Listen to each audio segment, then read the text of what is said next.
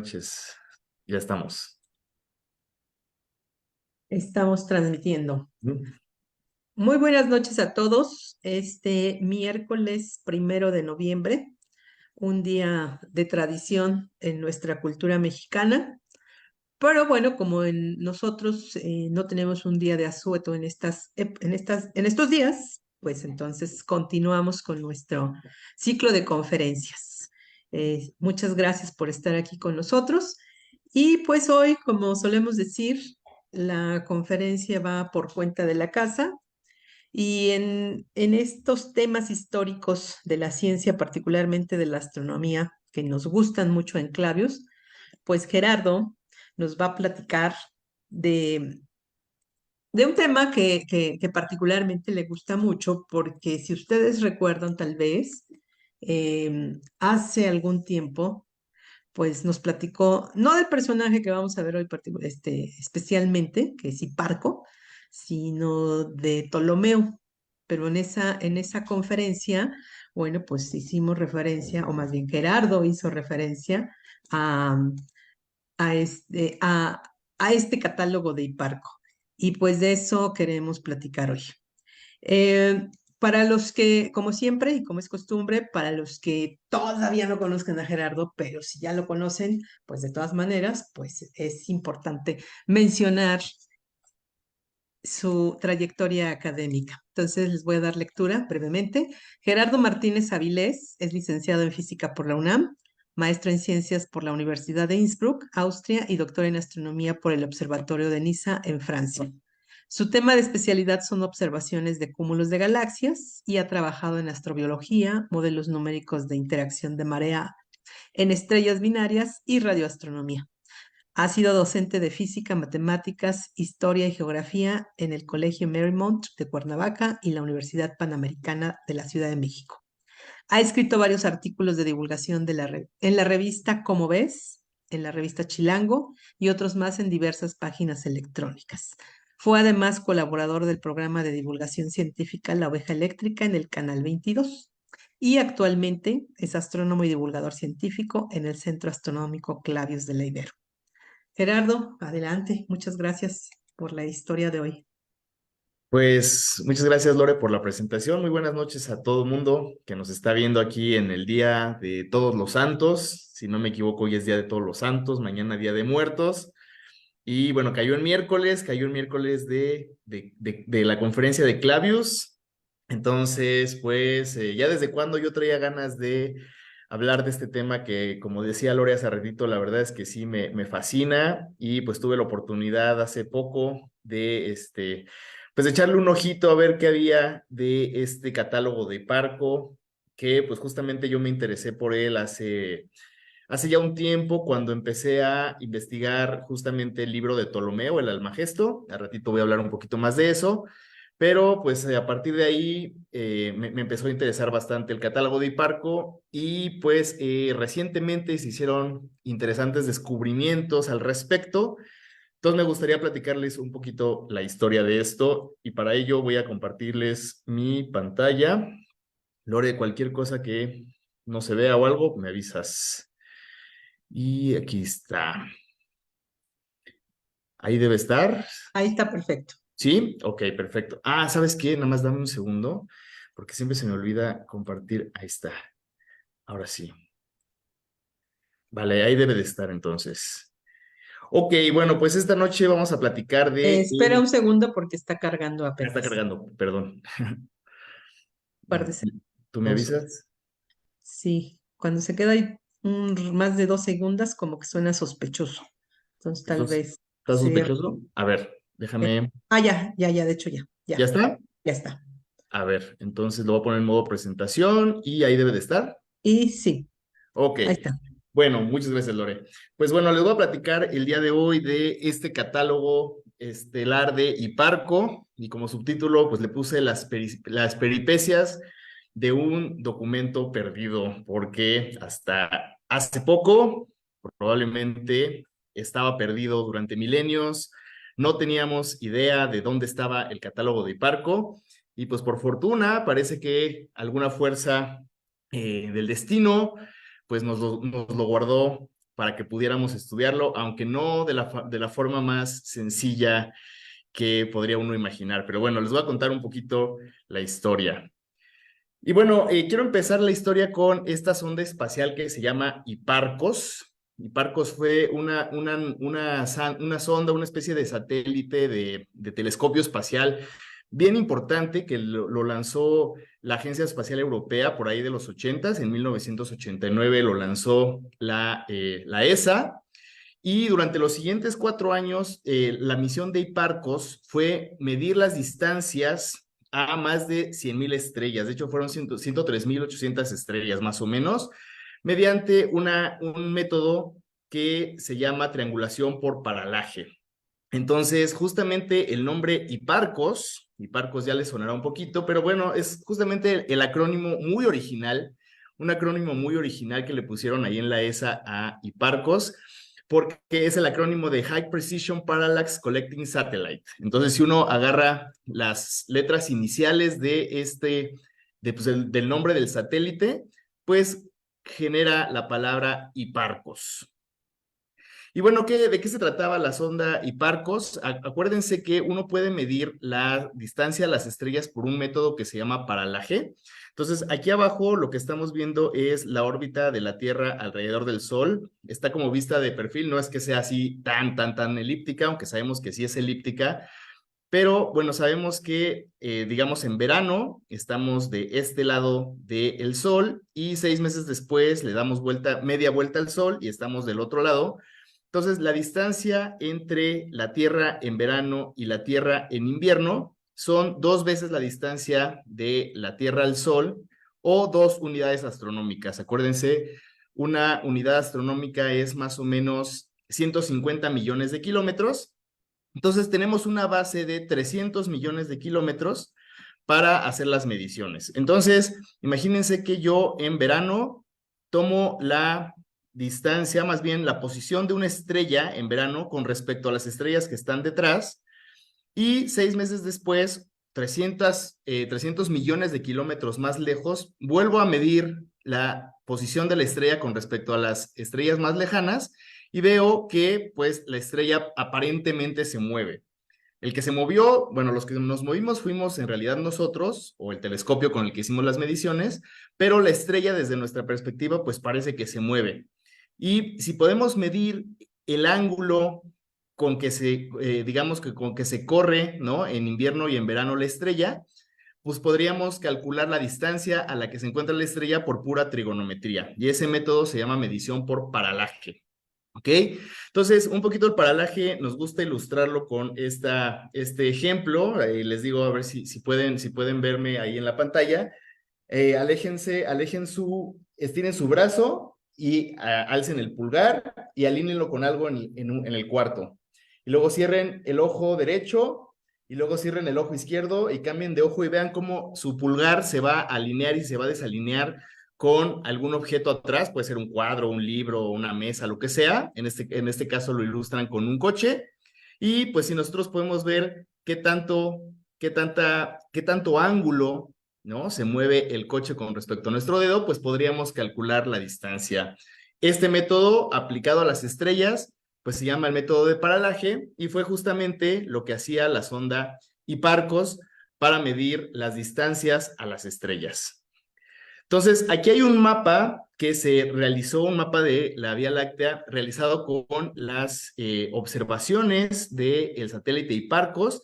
Entonces pueden ver la cantidad enorme de estrellas, más de 100,000 estrellas pudo medir la distancia este satélite y pues nos dio muchísima información. De hecho, pues hay un catálogo de más de 100,000 estrellas que justamente se llama el catálogo Hipparcos, pero pues es por la sonda, por este satélite que lanzó la ESA por allá de 1989. De hecho, este satélite pues nos permitió hacer de los primeros mapas tridimensionales de la galaxia. Entonces, no sé si han visto estas imágenes de repente. Digamos que aquí estamos viendo nuestra galaxia, las estrellas de nuestra galaxia como vistas desde nuestro punto de vista, desde la Tierra, una mirada 360 y estas posiciones fueron calculadas con las observaciones de Hipparcos, pero esto nos permite pues de alguna forma simular la tridimensionalidad de las estrellas. Entonces es como si nos pudiéramos mover, porque no solamente conocemos sus posiciones, sino también, digamos, no sus posiciones bidimensionales en el cielo, sino también la profundidad, qué tan lejos se encuentran, porque podemos medir las distancias con el método de paralaje.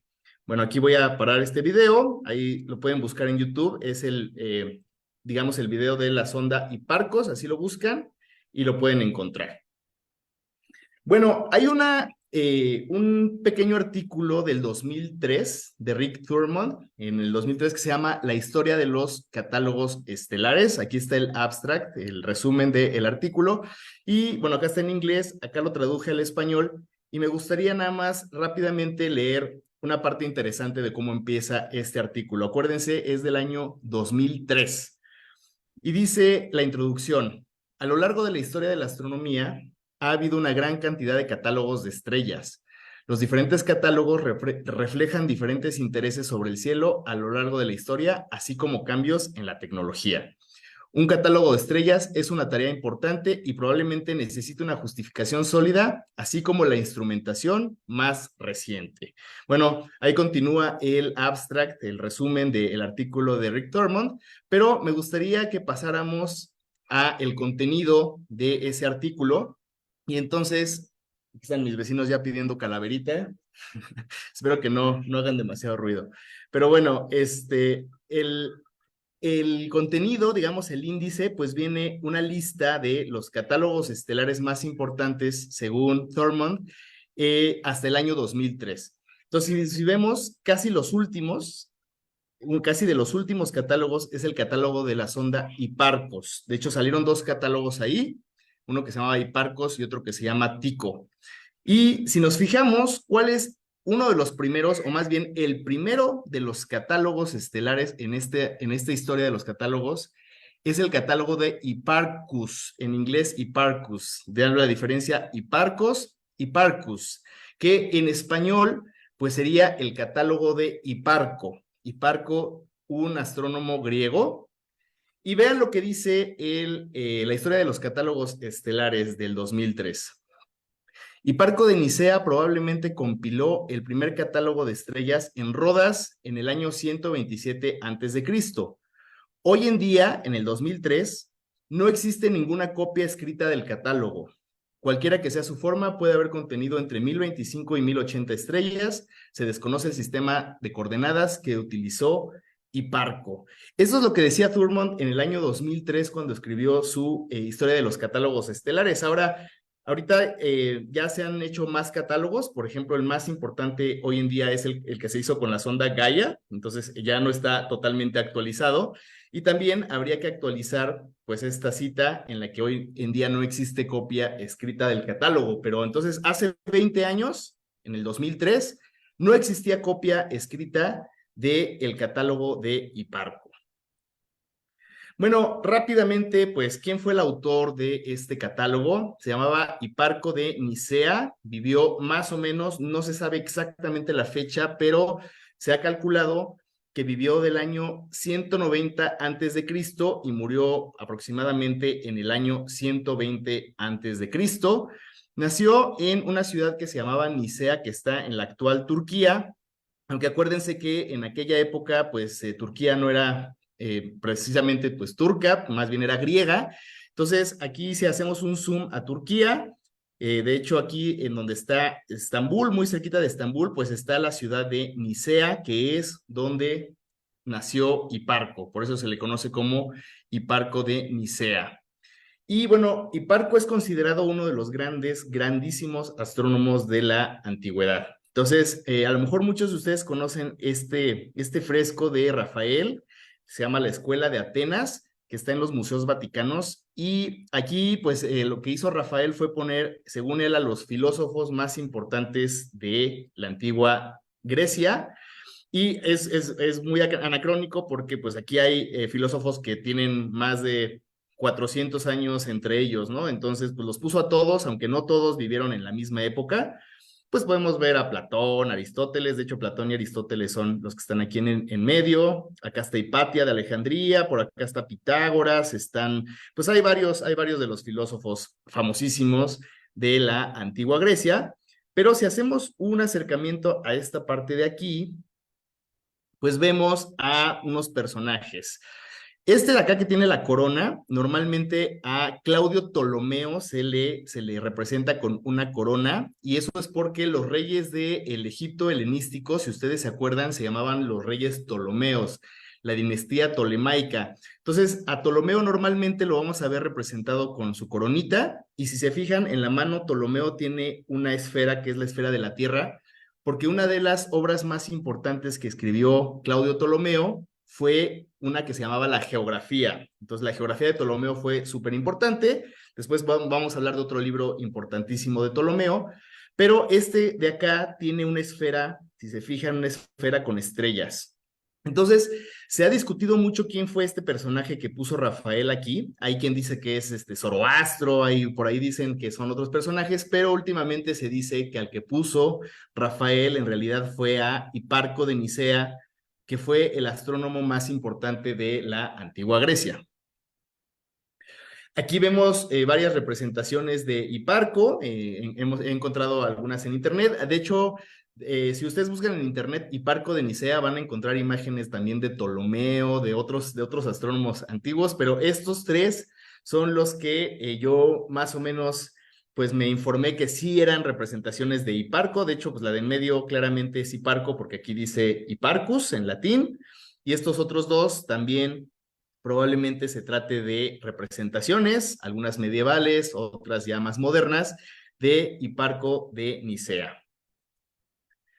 El lunes que tuvimos observación allá en Clavius, así rápido con mi celular le tomé esta foto a la luna, así, por eso no está así que digan muy, muy bonita, pero justamente si hacemos un acercamiento aquí, y esta ya no es mi foto, esta ya la saqué de internet, porque pues, si se ven los cráteres tienen una sombra muy, muy peculiar, pero este bonito cráter de la luna, que está más o menos por esta región, se llama justamente el cráter Hiparco. Entonces, este cráter pues ya saben que le pusieron nombres a los cráteres de la luna de filósofos, astrónomos de la antigüedad, pues Hiparco se llevó uno de estos grandes cráteres, y de hecho esos cráteres menores son así como Hiparco A, Hiparco B, Hiparco C, etcétera, ¿no? Entonces toda esta región de la luna es conocida como el cráter Hiparco.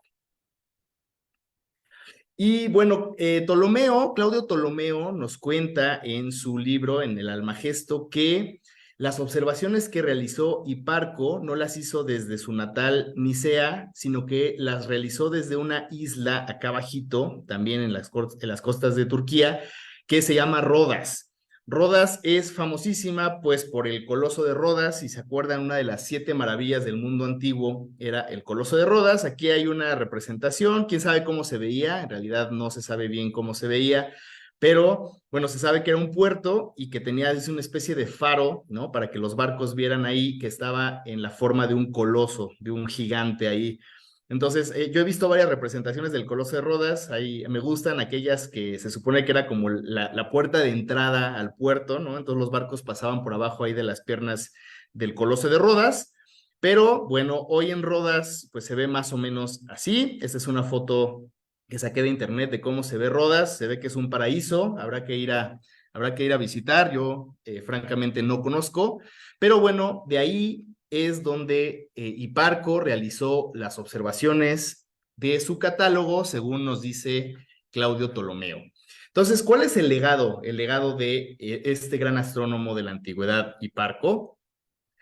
Bueno, fue tal su fama, su grandeza en su tiempo, que astrónomos y matemáticos posteriores le adjudican por tradición. Eso no podemos estar muy seguros de que él haya sido el inventor de esta rama de las matemáticas que se utiliza muchísimo en astronomía, que es lo que se conoce como la trigonometría esférica. Es decir, adaptar los conocimientos de que se tiene de los triángulos, de la trigonometría plana, pero aplicada a una esfera. Entonces, los ángulos, la medición de ángulos y distancias, todos los las propiedades de los triángulos aplicadas a una esfera se conoce como trigonometría esférica, y pues justamente esta parte se aplica muchísimo, muchísimo en astronomía, porque desde nuestra perspectiva, pues el cielo es como una gran esfera en la que se encuentran las estrellas, y entonces poder medir, por ejemplo, ángulos y distancias entre las estrellas, pues se utiliza la trigonometría esférica.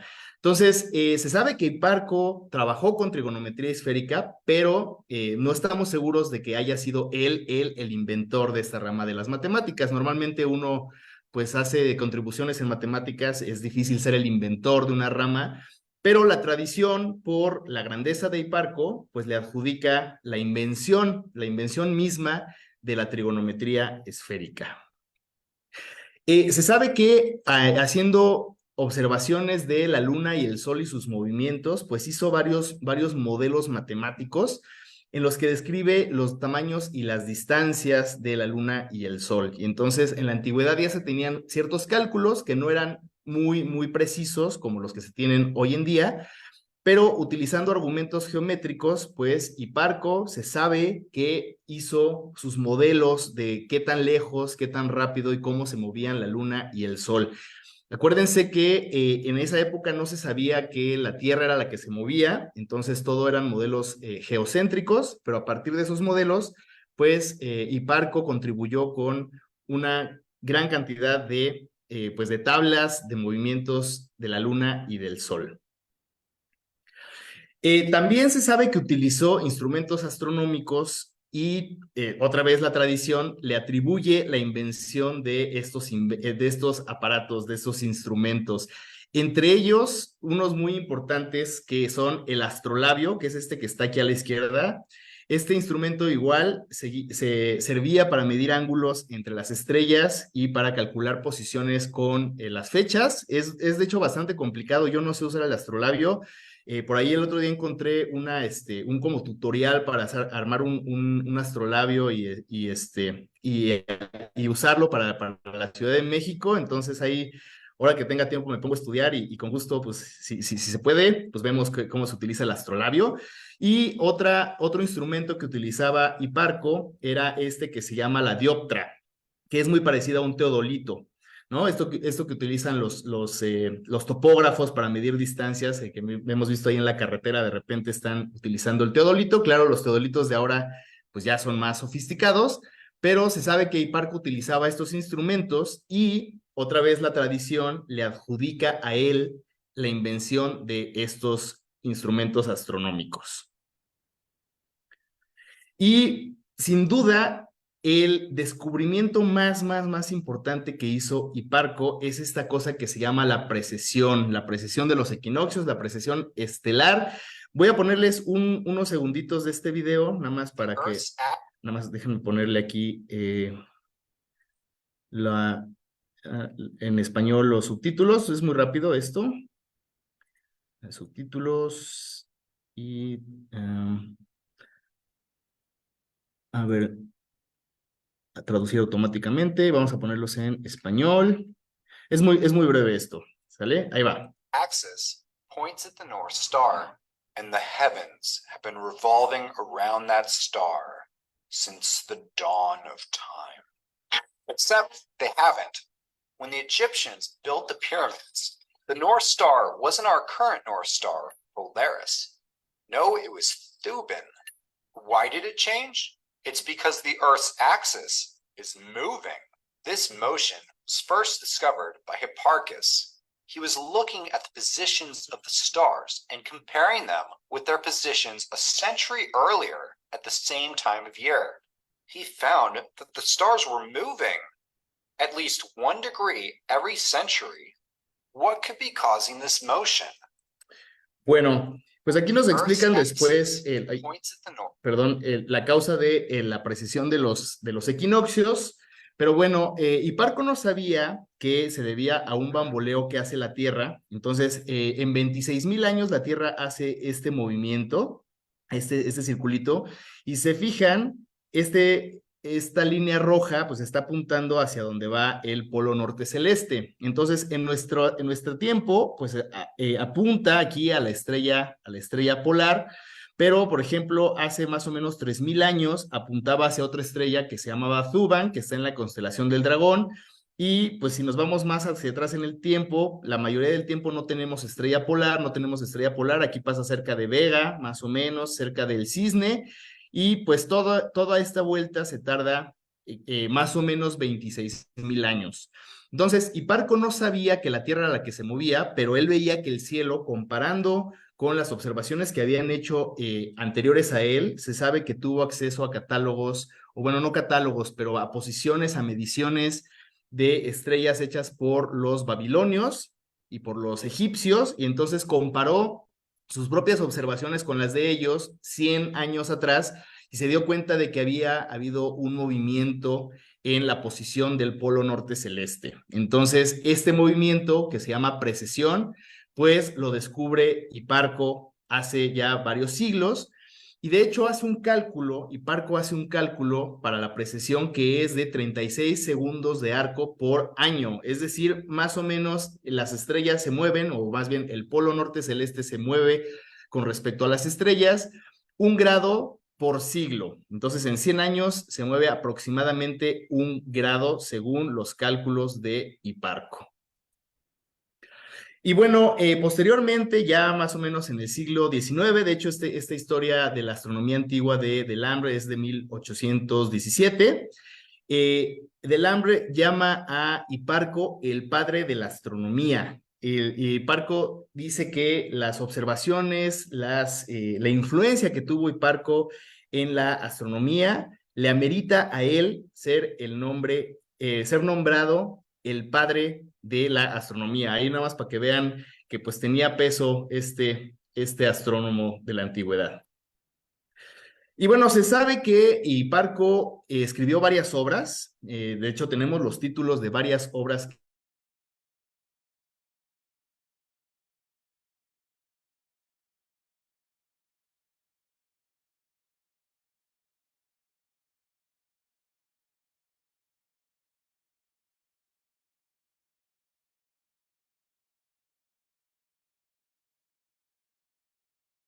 Hiparco, citan sus trabajos, y por eso sabemos que existieron estas obras, y todas estas obras se encuentran perdidas. Es decir, no tenemos documentos en donde estén estas obras, solamente sabemos de su existencia, pues porque otros autores posteriores a Hiparco las mencionan, pero no existen documentos, pues en donde estén estas obras.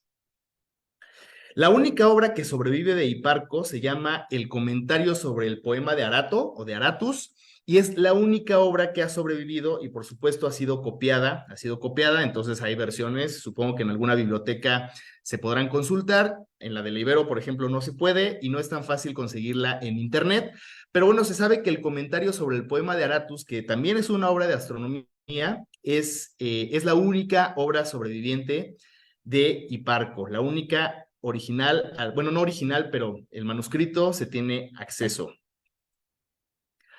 Y bueno, otra obra importantísima de Hiparco que se ha perdido es justamente el que vamos a hablar esta noche, que es su catálogo de estrellas. El catálogo estelar de Hiparco es una de las obras, probablemente la que más lamentaban los astrónomos que se hubiera perdido, el catálogo estelar de Hiparco.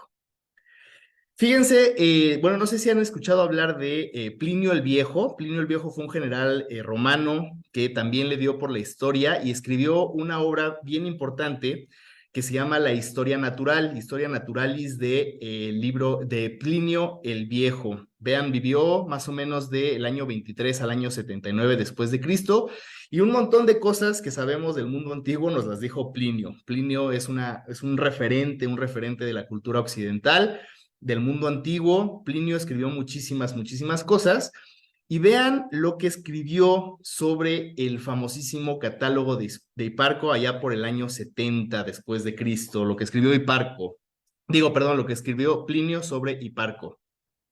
Nos dice Plinio: Hiparco descubrió una estrella nueva y diferente que había surgido en su época, y por el movimiento de esta y el lugar donde brilló, empezó a dudar si este fenómeno era más general y si también se movían las que nosotros consideramos fijas. A raíz de ello, acometió una empresa improba incluso para un dios: catalogar las estrellas a beneficio de la posteridad, apuntar los astros al lado de su nombre, señalar la posición y tamaño de cada uno, para que con ello pudiera discernirse fácilmente no solo si nacían y morían, sino también si se desplazaban o se movían solo algunas de ellas. Bueno, es interesantísimo lo que escribe Plinio sobre Hiparco, porque bueno, pues menciona, ¿no?, que hizo un catálogo de estrellas en donde apunta su posición y su tamaño. Bueno, con tamaño más bien quiere decir la magnitud, qué tanto brilla la estrella y dónde está situada, ver si éstas se mueven o no, pero lo que me llama mucho la atención es la motivación que tuvo Hiparco para escribir su catálogo. Descubrió una estrella nueva, probablemente vio una nova, probablemente Hiparco vio una nova, lo mismo que les pasó después a Tycho Brahe y a Kepler, que de repente aparecieron nuevas estrellas, pero entonces Hiparco no tenía forma de probar que la estrella había aparecido, porque no había un catálogo, ¿no?, que, pues, con qué comparar que esa estrella no estaba antes. Y entonces dijo, pues para que no nos vuelva a pasar esto, de que aparecen y desaparecen estrellas y la gente como que no lo acepta, pues vamos a hacer un catálogo de las estrellas en donde pongamos su nombre, ¿no? Acuérdense que tenían nombres propios las estrellas, su posición y el tamaño, es decir, la magnitud, qué tanto brilla cada una de ellas. Entonces, si ustedes, este libro se puede consultar muy fácilmente, La historia natural de Plinio el Viejo, y busquen la parte donde escribe del catálogo de Hiparco, es muy, muy, muy interesante. Y bueno, pues recordemos que en la antigüedad pues no tenían la imprenta, no había imprenta, entonces si existía una obra, por ejemplo los diálogos de Platón, por decir algo, o la metafísica de Aristóteles, cualquier obra de la antigüedad, pues estaba escrita y pues para tener una copia de esta obra, pues necesariamente necesitaba sentarse un escriba y copiar el texto. Y entonces los textos se tienen pues por copias. De hecho, si ustedes se preguntan, por ejemplo, los textos más antiguos de Platón, ¿no? Platón escribió más o menos en el 300 y cacho antes de Cristo, pero los textos más antiguos a los que tenemos acceso son copias que se hicieron ya en la Edad Media. Entonces, los originales se van perdiendo, pero sobreviven las copias.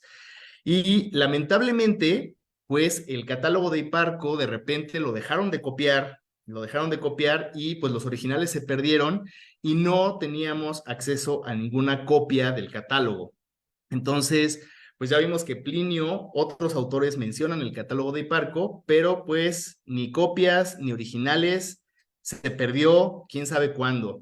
Muy probablemente han escuchado hablar de la Biblioteca de Alejandría y que en la Biblioteca de Alejandría pues hubo un gran incendio, se destruyó varias veces y ahí se perdieron muchísimas obras.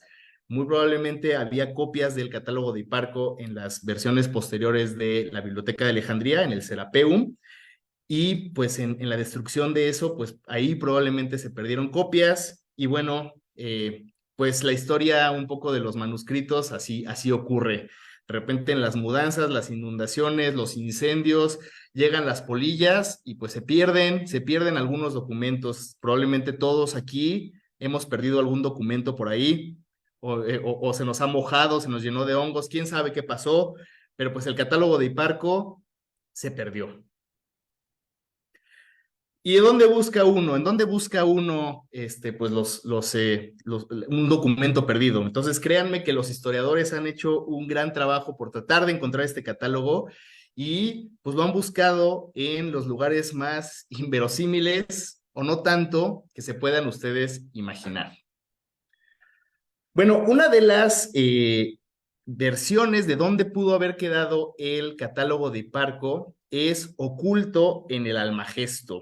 Bueno, les recuerdo un poquito, el Almagesto fue una obra que escribió justamente Claudio Ptolomeo por allá del siglo II después de Cristo.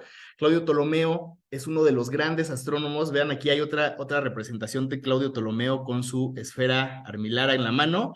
Y lo que les decía hace ratito, vean cómo tiene su coronita, acá tiene su corona, ¿no? Porque acuérdense de los reyes Ptolomeos. Entonces a Ptolomeo muchas veces se le representa con corona. Y bueno, Ptolomeo escribió en el siglo II una obra importantísima en la antigüedad tardía y la Edad Media, que se conoce como el Almagesto.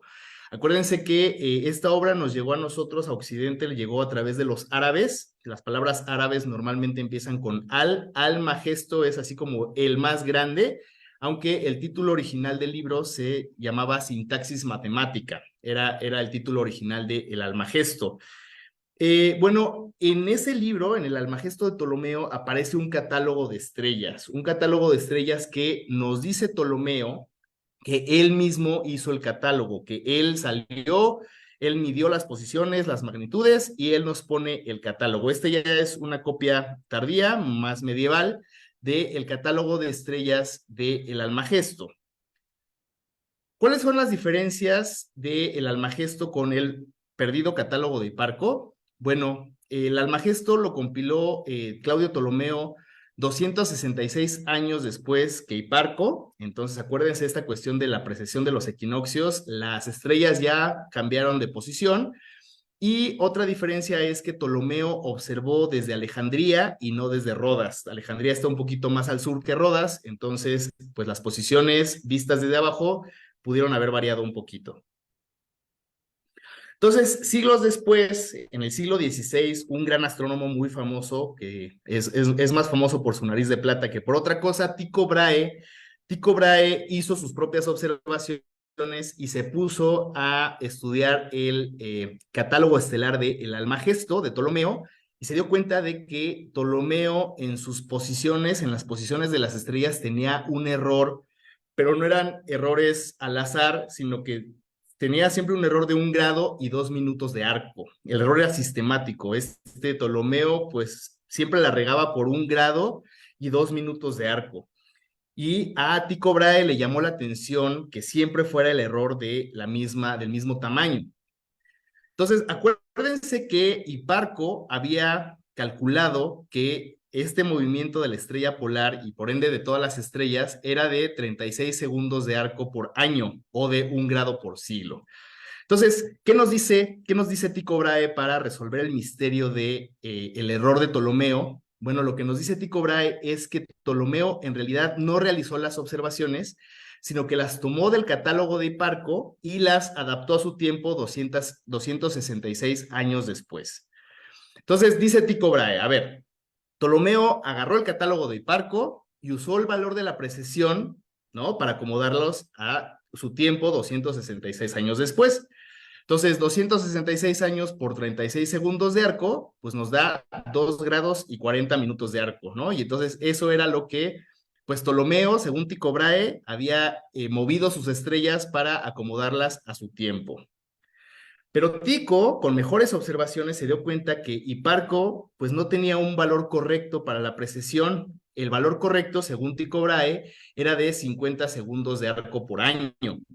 Entonces, si multiplicamos 266 años por 50 segundos de arco, nos da 3 grados y 42 minutos, ¿no? Entonces, esta es, digamos que lo que se debió haber movido en realidad las estrellas del tiempo de Hiparco al tiempo de Ptolomeo.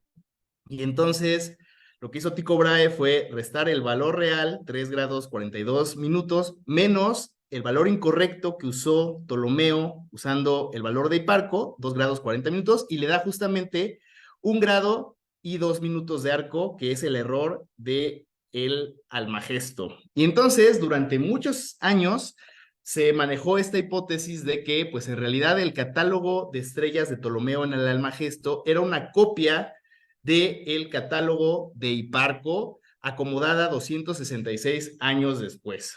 Ahora, muchos autores salieron después a defender a Ptolomeo y dieron explicaciones distintas a la de Tycho Brahe, pero pues muchas personas sí consideraban que, pues, que en realidad el catálogo de Ptolomeo era una copia del catálogo de Hiparco. El 7 de abril del 2021 yo di una charla justamente en donde me empecé a adentrar en esta cosa, el presunto crimen de Claudio Ptolomeo, está en la sección de videos de Facebook. Si quieren al ratito les paso la liga para que lo puedan ver, y pues ahí se habla ya más de la historia propiamente de el Almagesto, que no es el tema de esta noche. Bueno, ¿dónde más han buscado por ahí los astrónomos? Y entonces, esta es otra que me encanta, donde presuntamente pudo haber estado oculto el catálogo de Hiparco. Bueno, esta estatua de aquí está en un palacio en Roma que se llama el Palacio Farnese, y por eso a esta estatua se le llama el Atlas Farnesio o el Atlas Farnese. Entonces, es un titán de la mitología grecorromana que lo que tiene cargando es pues el globo del cielo, ¿no? El Atlas Farnesio. Y se sabe que esta estatua es una copia romana del siglo II, pero de una estatua griega mucho más antigua. Es una copia y entonces los escultores romanos agarraron el original y la copiaron exactamente como había sido esculpida pues varios siglos antes del siglo II. Y entonces un astrónomo algún día fue al Palacio Farnese a Roma, el astrónomo se llamaba Bradley Schaffler, y le llamó mucho la atención que estaban representadas las constelaciones del cielo en el Atlas Farnesio, pero con mucha precisión.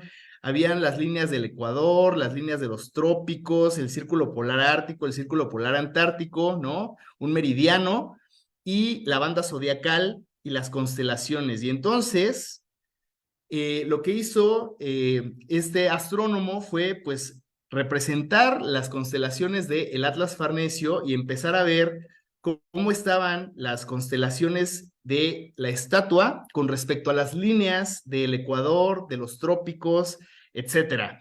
Entonces se puso a hacer mediciones y se dio cuenta de que las posiciones de las constelaciones en el globo del Atlas Farnesio pues el escultor, ¿no? Unos años antes de Cristo, pues utilizó las posiciones verdaderas de las estrellas que estaban disponibles en esa época, y justamente el cálculo que hizo este astrónomo fue que las posiciones que tenían disponibles los escultores del Atlas Farnesio original pues era el año 125 antes de Cristo, ¿no? Entonces eso apunta directamente a las observaciones que realizó Hiparco. Entonces, este astrónomo en el Journal de la Historia de la Astronomía en el año 2005, pues publicó un artículo muy interesante que es la época de las constelaciones en el Atlas Farnesio y el origen en el catálogo de Hiparco. Y entonces, si ustedes leen en ese artículo, lo que dice el astrónomo es: tengo la seguridad de que las figuras de las constelaciones en el Atlas Farnesio son una representación del catálogo de estrellas perdido de Hiparco. Entonces, según este astrónomo Bradley Schaffler, pues en el Atlas Farnesio durante muchos años estuvo oculto, ¿no? Las posiciones de las estrellas del catálogo de Hiparco. Bueno, nos movemos un poquito más hacia Egipto. De hecho, es en la península del Sinaí, aquí donde tradicionalmente se supone que pues, pasaron un montón de cosas, ¿no? En la historia bíblica, aquí se le dieron las tablas a Moisés, aquí se le apareció la zarza ardiente a Moisés también, y justo en donde la tradición decía que Moisés había hablado con la zarza ardiente, hace varios siglos, más o menos por el siglo IV, construyeron un monasterio que se conoce como el monasterio de Santa Catalina del Sinaí.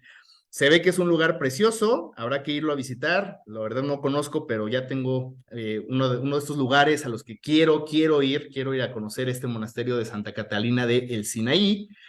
Y bueno, una de las cosas notables de este monasterio es que se sabe que su biblioteca, la biblioteca de este monasterio, se fundó más o menos entre los años 548 y 565 de nuestra era, y desde entonces no ha dejado de funcionar. Es la biblioteca más antigua del mundo que ha tenido un funcionamiento ininterrumpido, que nunca ha cerrado. Hay bibliotecas antiguas, pero que de repente las mueven o que las cierran. Esta no ha cerrado desde el año 548, entonces es la biblioteca más antigua del mundo.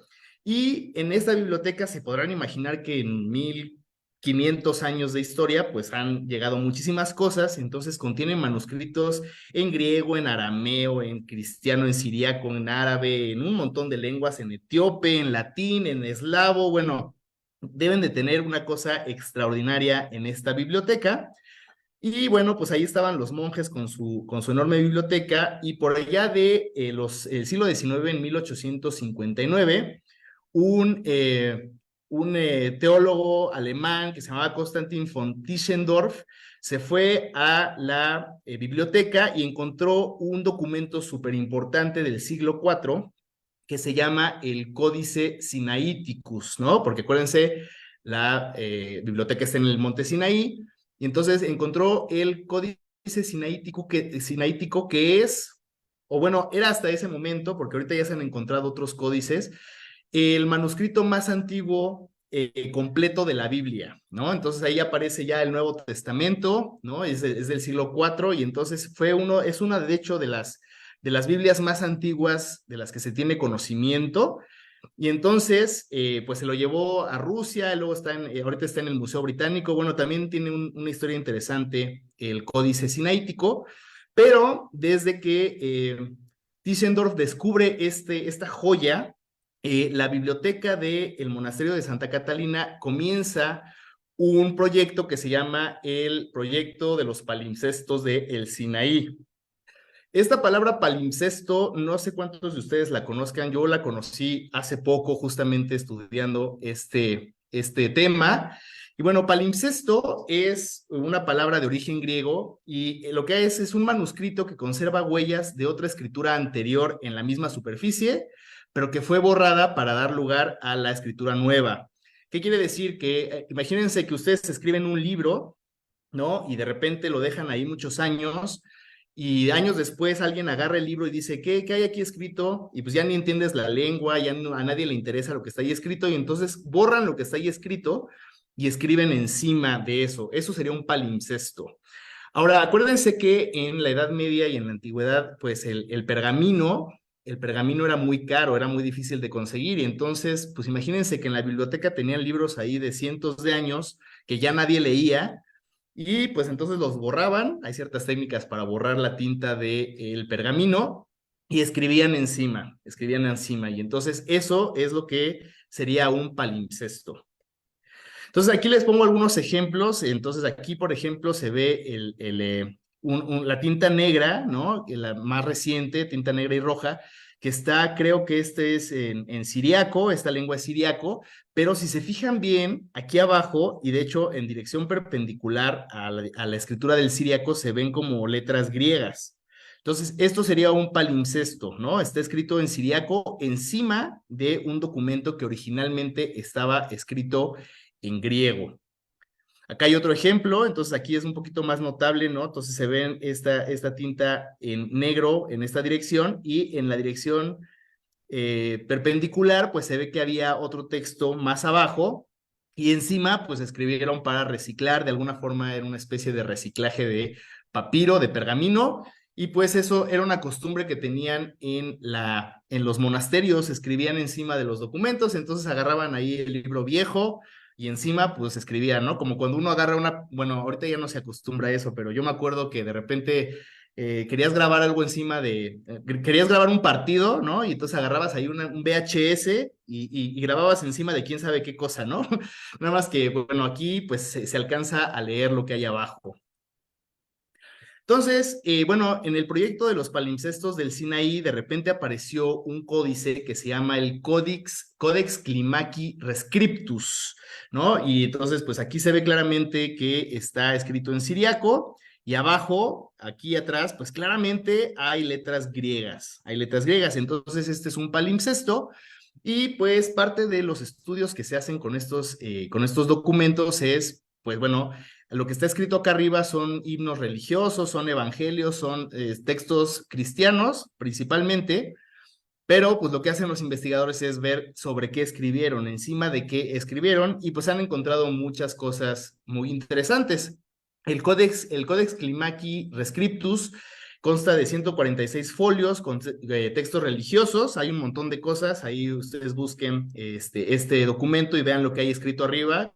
Creo que hay evangelios, hay homilías, pues, textos cristianos religiosos que pues escribieron en siriaco alrededor del siglo X y XI. Digamos que eso es lo que escribieron los monjes del monasterio. bueno, en el año 2017 se utilizaron técnicas de imagen multiespectral. Entonces le toman fotografías al documento y le toman fotografías con distintas luces, ¿no? Entonces de repente le toman fotografías con luz roja, luego con luz verde, luego con luz azul y así. Entonces la tinta de atrás pues resalta un poquito más bajo ciertas ópticas, bajo ciertas luces. Y con algoritmos computacionales, pues se trata de escoger, digamos, la combinación de imágenes que resalte más el texto que tú quieres ver atrás. Entonces aquí, por ejemplo, pues vamos viendo, ¿no? Cómo utilizan las técnicas y pues ya en amarillito aparece el texto griego original que pues se puede leer del palimpsesto. Y bueno, pues aquí está otra imagen, ¿no? Entonces está el texto original, abajo se alcanza a leer el griego y lo que hacen estas técnicas es separar, digamos, el texto griego del texto siriaco que está encima y poder diferenciar los dos textos y poder leer, pues el interesante para estos investigadores es el texto que está oculto, el que está detrás. Entonces, bueno, pues este palimpsesto les llega a estos investigadores de Francia, Víctor Ginzenberg y Emmanuel Zinc de la Sorbona, allá en París, y cuando empezaron a leer los textos griegos que estaban detrás de este códice, pues se dieron cuenta que eran las coordenadas precisas de unas estrellas que estaban en la constelación de la corona boreal, de la corona borealis, y como ustedes se podrán imaginar, vieron las coordenadas que estaban ahí marcadas y pues no correspondían obviamente a las coordenadas de hoy. Y usando el valor de la precesión, se dieron cuenta de que ese catálogo estelar fue escrito en el año 129 antes de Cristo, justamente cuando escribió su catálogo Hiparco de Nicea. Entonces aquí en el artículo dice el texto griego las coordenadas de Hiparco de la corona boreal. De hecho, estaba leyendo ahí de repente, por ejemplo, aquí se alcanza a distinguir, ¿no? Boreión, Pologel, ¿no? Entonces aquí, bueno, se alcanza a leer los que saben un poquito, etimologías grecolatinas, catapa, cataplatoc, bueno, no, quién sabe qué dice, pero lo que pues estos cuates descubrieron es que son las coordenadas de las estrellas de la constelación de la corona boreal correspondientes a el tiempo de Hiparco.